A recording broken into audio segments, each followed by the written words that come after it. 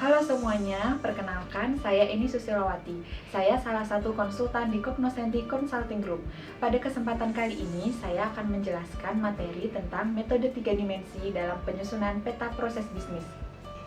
Metode ini merupakan hasil pengembangan dari Cognoscenti dalam upaya membantu instansi pemerintah dalam menyusun peta proses bisnis.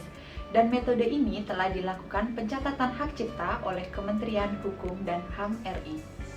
Materi tentang metode 3 dimensi, saya akan menjelaskan apa itu peta proses bisnis. Peta proses bisnis merupakan gambar yang menjelaskan pola hubungan kerja yang efektif dan efisien antar unit organisasi untuk menghasilkan keluaran yang bernilai tambah. Peta proses bisnis telah diamanahkan oleh Permen-Pan RB nomor 19 tahun 2018 tentang penyusunan peta proses bisnis instansi pemerintah. Metode pemetaan bisnis proses yang diperkenalkan di sini adalah metode 3 dimensi yang terdiri dari peta proses dan subproses pada dimensi 1, peta relasi pada dimensi kedua, dan peta lintas fungsi pada dimensi ketiga. Dimensi pemetaan bisnis proses merupakan gambaran keterkaitan antar unsur-unsurnya, yaitu proses, aktivitas, dan pelaku.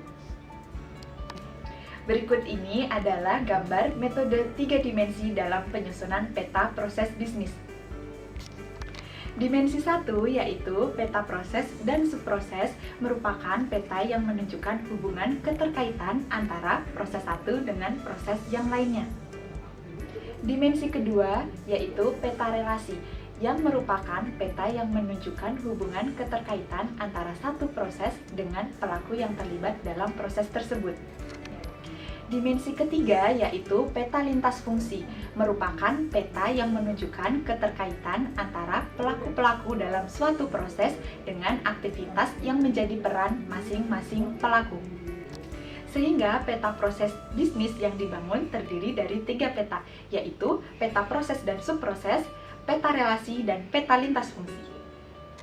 Berikut ini adalah contoh dimensi 1, yaitu peta proses dan subproses.